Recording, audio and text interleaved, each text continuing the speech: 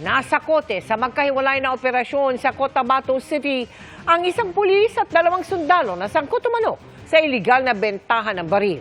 Nakatutok si June Veneracion, exclusive. Dapa! Naka-uniforme pa ang target na pulis na sangkot umano sa gun running nang mahuli sa entrapment operation kaninang umaga sa Cotabato City. Dapa! Hindi na siya nakapalag nang mapalibutan ng mga kabaro di kalayuan sa isang kampo ng PNP kung saan ikinasa ang transaksyon. Kabilang sa nakuha mula sa suspect na si Police Senior Master Sergeant Muktasik Hadil Israel ang 2 M16 rifle na ibinibenta umano niya sa halagang 160,000 pesos kada isa. Just imagine, naka-uniform, nagbebenta ng illegal firearms.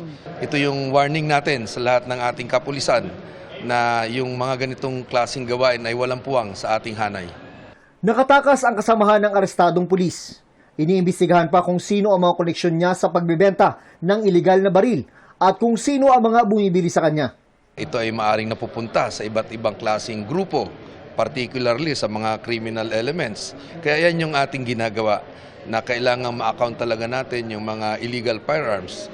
We will check kung matagal na ba siya nag-i-engage sa ganong illegal activity. We will secure a court warrant para mabuksan namin yung cellphone na nasa possession niya. Noong 1 linggo lang, huli rin sa bypass operation sa Cotabato City ang 2 miyembro ng CAFGO ng Philippine Army na sangkot din umano sa bentahan ng illegal na baril. When these 2 CAFGO na nahuli, they voluntarily confided sa mga CIDG investigators na yung baril na ibinenta ay galing sa isang uniform personnel of Philippine Army. Sinusubukan pa naming makuha ng pahayag ang 3 na aresto na ngayon ay nasa kustodiya pa rin ng PNP CIDG sa Cotabato City.